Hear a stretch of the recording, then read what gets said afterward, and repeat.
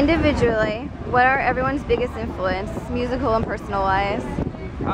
Everyone's gonna be different, but I think it all comes down to everyday life. A lot of just like things that happen to everyone in everyone's lives, like whether it be love, family, heartbreak, losing loved ones, and just kind of inspiration to us all. That would be the general consensus for sure. If you could compare your music to another band, what would you compare yours to?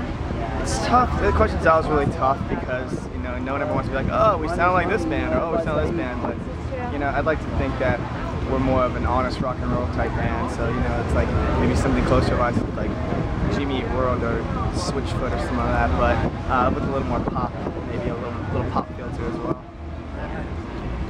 Why did you decide to call your band Go Radio? Actually, Jason, when he left Mayday, he always had a side project that he had wanted to do, and he wanted else, because what it started was our friend Neil Allday. He was in a band called Social Burn, and one of the things that he said to Jason one time was like, I hate what's on the radio right now, and that's the reason I want to do music, is to change what's on the radio. And Jason really it really inspired him in a lot of ways. So he really wanted to, that's really the whole Go Radio thing came with, like just changing what's on the radio to make it, a little more enjoyable than what it is nowadays. Cool. What is your favorite place to tour? City-wise, or like, because United States is always the best place to tour. We've only been to Canada, but Florida's always awesome. This tour has been great, and then we just hit Florida. And it's just awesome because we get to see a lot of family and friends and stuff like that, so it's a lot of fun. Cool. Out of all the songs on your album, what is your favorite and why?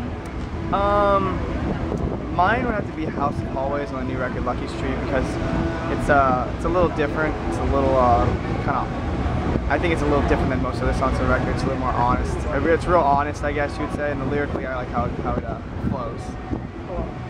You've toured with a lot of different musicians. Who was your favorite to tour with?